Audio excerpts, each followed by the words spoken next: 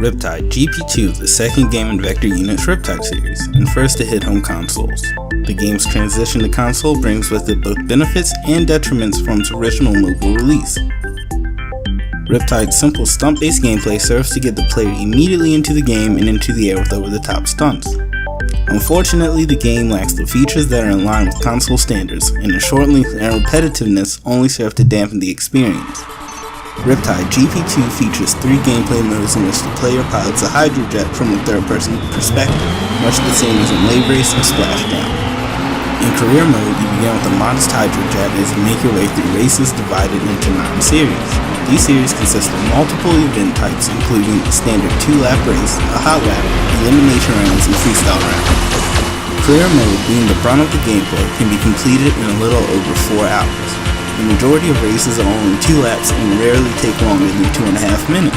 All events except freestyle, which is a solo experience, consist of 7 appointments. By completing the races in career, you earn both cash and experience.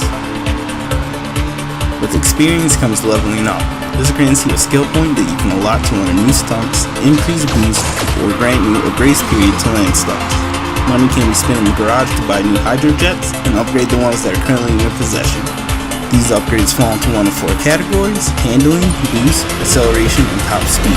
It is essential to increase these stats as they will keep your hydrojet competitive in future series.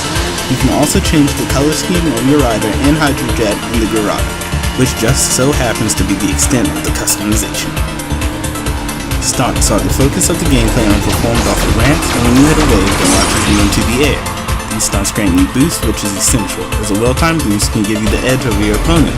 By continuously linking stunts, you can make it so that you rarely run out of boost and effectively never fall behind. Fortunately, stunts are easily performed by gesturing the analog sticks in a myriad of directions that correlate to the trick you are trying to perform. The more you perform a stunt in a race, the less boost you receive for that particular stunt for each subsequent use. Ironically, as important as boost is, it's something that can't be deactivated once engaged. This will surely cause you to wind up in a few walls. While this stunt-heavy gameplay is fun and simple, it doesn't evolve over the course of the game and eventually grows stale. There is unfortunately never a sense of speed outside of using boost.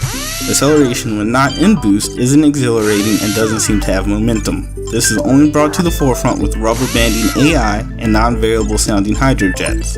Regardless of the upgrades performed to the hydrojet, the sound remains very flat. Also, the hydrojet's handling characteristics are lacking. In earlier races, it becomes a chore to take certain turns. This is unless you slow down, but at that point, the AI will have passed you. It isn't until later in the game, and with upgrades, that the hydrojets have decent handling. These issues together detract from the overall experience. To add to that, you will repeatedly race on the same tracks over and over. To make things worse, tracks don't have, for lack of a better word, gimmick. There is nothing that makes these tracks memorable or enjoyable to keep me coming back. A game that allows me to do a 720 while spinning on my head should have track spectacles that are equally as amazing as the tricks I am performing. The transition from mobile is a mixed bag. There are some features that made the transition to console much better than others. For example, loading is almost instantaneous and serves to get you into the game incredibly quickly. While the game by no means looks bad, the still images of crowds and lower res textures show this game's mobile roots and failure to take advantage of the hardware. There's occasional popping of scenery in the distance that, while not necessarily distracting, is certainly noticeable. Fortunately, and rightfully so, the game runs without a hitch at 1080p and 60 frames per second. Riptide also features local split screen. Ironically enough, mobile versions of this game support online multiplayer. Unfortunately, this feature is not present post-transition. This lack of online multiplayer greatly robs the game of replayability. When console version attempts to remedy this, local co-op for 4 players but ultimately fall short due to the lack of hydrojet and track selection. The third gameplay mode is VR Challenge. Its premise is to race against your friend's best time in the form of a ghost. I didn't get a chance to test this mode due to the fact that no one on my friends list owns it. While Riptide GP2 is a fun, albeit simple racer, it lacks the features that are essential in the racer power on console. With the short amount of time it takes to complete this game, alongside the repetition of races and lack of replayability in the form of online multiplayer, its short length leads to a shallow single-player experience.